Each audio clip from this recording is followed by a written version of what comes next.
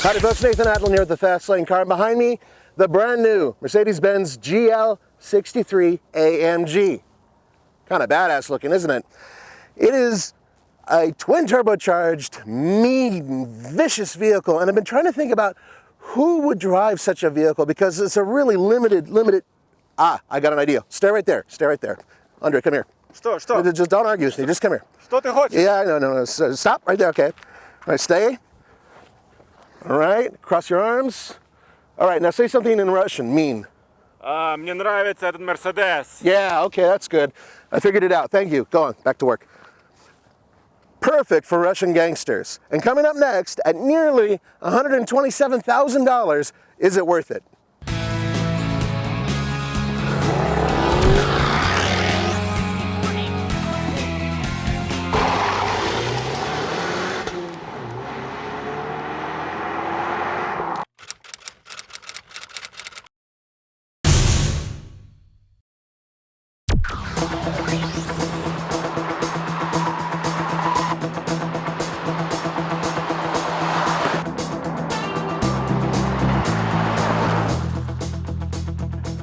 Check it out, baby.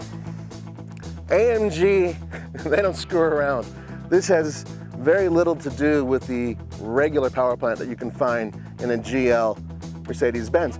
This engine puts out 550 horsepower and 560 pound-feet of torque. And it's fed through two turbochargers to a 7-speed automatic transmission that has been heavily modified by AMG. If you combine it and just put everything together, you have an engine that is able to propel a vehicle that weighs nearly, and I'm not kidding, nearly, okay, I'm sorry, it's just too funny when you think about how heavy it is. Okay, so it's nearly 6,000 pounds. That is a lot, that's nearly 3 tons, my God. But when you see how fast this thing goes, it moves like a scalded cat. It's worth noting.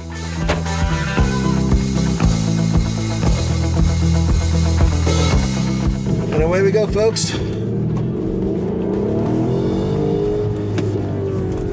This thing's ferocious. But, there it goes. But the problem is, traction control is really intrusive. So it's like, I got my foot all the way down right now, and it won't let, until it feels that I'm in a good position to go. Now granted, this is a $120-something thousand vehicle, so the last thing I want to do is roll off the pavement. AMG does more than throw on an engine and transmission and big wheels. They do a lot more, and you can really see it in the exterior design. They've gone from a fairly tasteful, simple design with the GL to a lot more bulky, lower looking vehicle. And in doing so, they've really made something that looks like it could blow through a border into another country very quickly. Or you could have somebody here handcuffed as you're trying to extort money from them.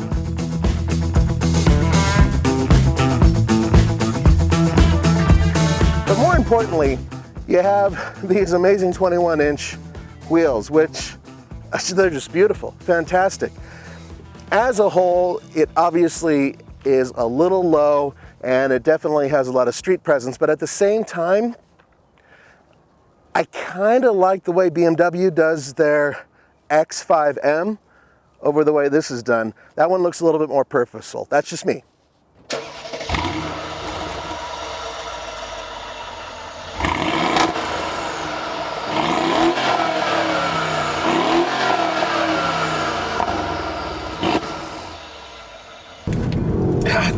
It's heavy, but the steering frankly doesn't communicate very well. The weight is okay once you set it up. Whoa! Woo! Got the rear end out a little bit. You know, taking traction control off is kind of a scary prospect, you know what I'm saying? Because there's so much weight here.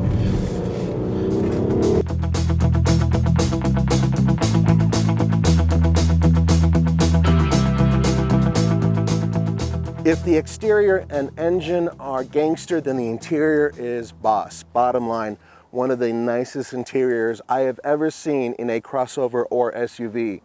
They have outdone themselves, and AMG always does this with the interiors, but in this particular case, mixing up this beautiful dark burl wood with the dark leather and raised white stitching and the most comfortable seats out there, it's just a fantastic place to be.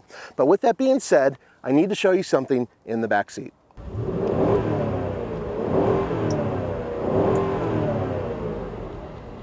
If you have somebody that gets into the vehicle and you don't put up the headrest, they're going to be in pain. So this has to go up before anybody sits down. And you have to remember that. Honestly, it's uncomfortable otherwise. Now, the third row seats, yes, they do have a little bit of space. No, not enough for a good-sized adult. I would go back there, but I am absolutely terrified of the prospect of actually hurting the seats themselves from me trying to get in and out. I tried it once, it wasn't pretty. And away we go. It felt a little faster that time. Yeah, it was faster. 5.43, here we go, see that? Hello. There's good. Yes, 5.43. So, about a half second slower than sea level. That's still really, really, really, really, really fast. It's, yeah, it's quick.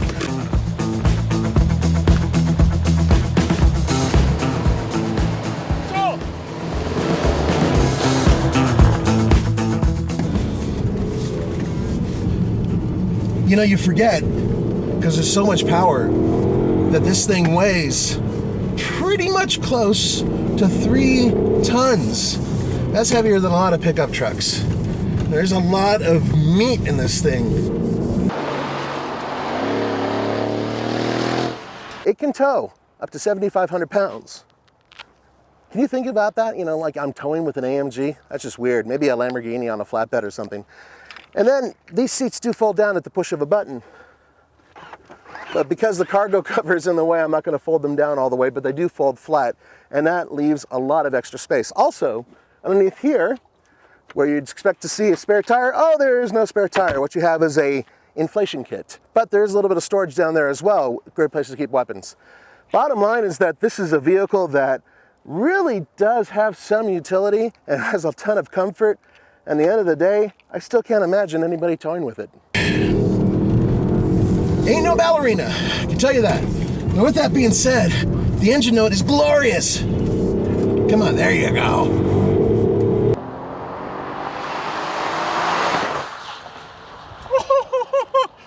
Ничего себе!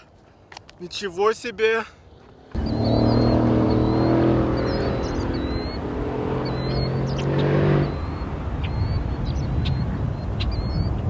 What a beast. I mean, what a mean, just nasty, angry crossover SUV.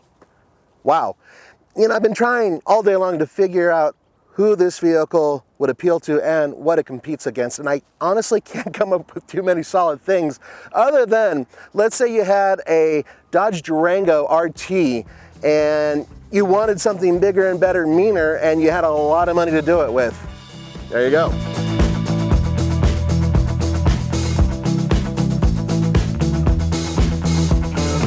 What up, yo? How was it? Ay, ay, ay. Not that good, huh? Oh, hey, that's not too bad. Can you believe it? 1:12. Minute 12. I think you actually almost pretty much tied the X5. That X5 drove a lot easier than this thing. The traction control absolutely murders this thing. But you know what? If I didn't have the traction control, I'm pretty sure there's 3 different places where I would have flown off the track. Whew. 3 tons, dude. This thing's nearly 3 tons.